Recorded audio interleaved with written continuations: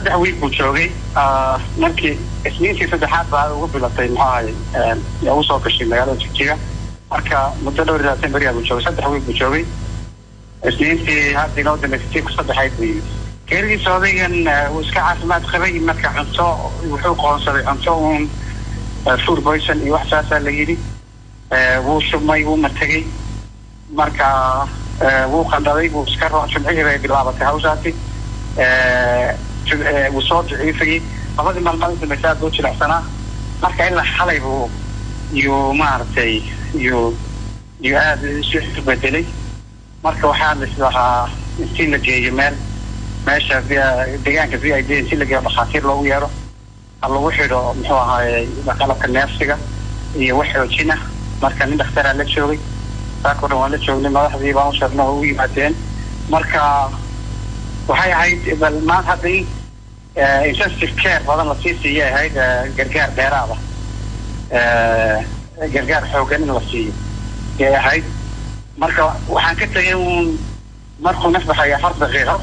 hotelka ka soo qadeeyay waan soo noqday markaan deedna reception mar hayo baa la sheegay gaariga sabta ambulance ka sii qaaday soo noqday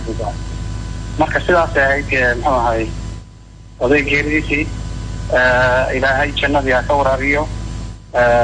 غير كيسنا سمر الله كفيه ويومت الصوماليات بدل الخير قبنا إلهي ميش تجاوب ريو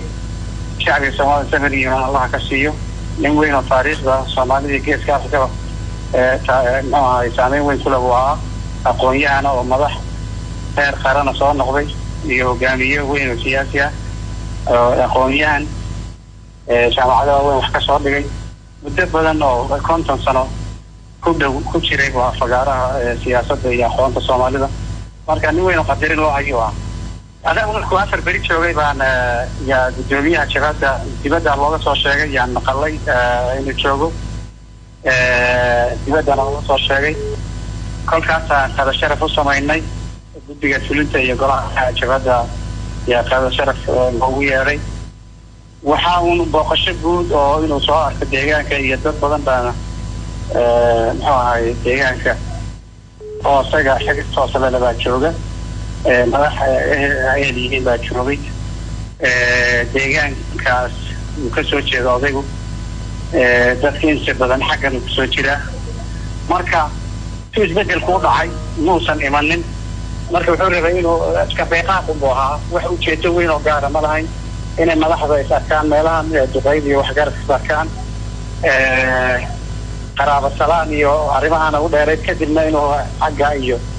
Soomaaliya u noqdo budoonayo